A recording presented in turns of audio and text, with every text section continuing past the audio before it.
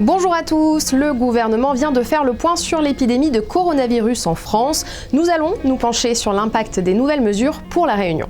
La France n'atteindra pas les objectifs sanitaires fixés pour le 15 décembre par Emmanuel Macron. Le seuil souhaité était de 5000 contaminations maximum par jour. Il est aujourd'hui de 13 000 cas signalés quotidiennement. Pour autant, Jean Castex a tout de même annoncé le déconfinement de l'Hexagone. Mais des règles plus strictes seront mises en place. Un couvre-feu sera instauré de 20h à 6h du matin et les établissements recevant du public resteront fermés au moins jusqu'au 7 janvier. Le couvre-feu sera bien levé pour Noël, mais les métropolitains passeront le réveillon du 31 enfermés chez eux. Le gouvernement a fait le point sur les déplacements vers les Outre-mer. Les voyages interrégions seront autorisés dès le 15 décembre sans motif impérieux. La préfecture confirme que les voyages vers La Réunion seront autorisés. Les créopolitains pourront donc revenir sur l'île pour Noël. Les autorités rappellent qu'il faut limiter les rassemblements et respecter les gestes barrières. Une nouvelle qui prend un tout autre sens suite à un classement publié sur Internet cette semaine. Le site Liligo a réalisé un top des destinations les plus recherchées par les Français. Avec les frontières internationales fermées et la situation en Europe compliquée, La Réunion est la destination la plus plébiscitée. Une meilleure situation sanitaire et des prix plus bas que d'habitude expliquent ce classement. On peut donc s'attendre à un flux important de voyageurs sur notre île en fin d'année. Mais la venue d'un grand nombre de voyageurs inquiète les autorités. Santé publique France a notamment conseillé la mise en place de mesures spécifiques.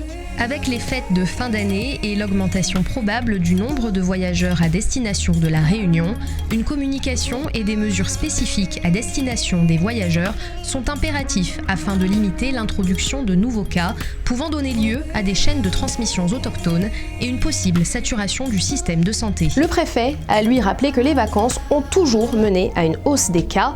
Il a pointé du doigt les rassemblements familiaux.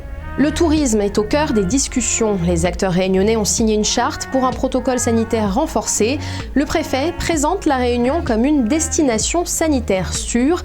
Une campagne de communication va inciter les voyageurs à se faire dépister 2 jours après leur arrivée. À La Réunion, la situation est compliquée dans une commune et il s'agit de Saint-Benoît. La commune de l'Est a basculé dans le rouge la semaine dernière.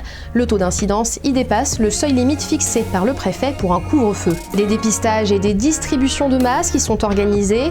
Un ultimatum est lancé. Si la situation ne s'améliore pas, un couvre-feu peut être prononcé dès le 20 décembre prochain. Malgré la situation à Saint-Benoît, le coronavirus recule globalement à La Réunion. Il y a eu moins de 300 contaminations la semaine dernière, c'est une baisse de 21%. Le taux d'incidence passe sous les 30 cas pour 100 000 habitants et pour les personnes âgées, le taux se rapproche du seuil de vigilance de 10 cas pour 100 000 habitants. Les décès chutent aussi fortement, on dénombre 2 morts la semaine dernière contre 5 la semaine précédente. La pression hospitalière aussi est moins forte, on passe sous les 10 patients Covid positifs en réanimation. La situation sanitaire continue de s'améliorer à La Réunion. Seul point d'inquiétude, Saint-Benoît qui est sous la menace d'un couvre-feu. La fin des motifs impérieux devrait voir l'arrivée de voyageurs pour les fêtes. La plus grande prudence est donc recommandée. Merci de nous avoir suivis. Rendez-vous sur Zinfo 974 pour connaître toutes les dernières informations sur l'épidémie de coronavirus.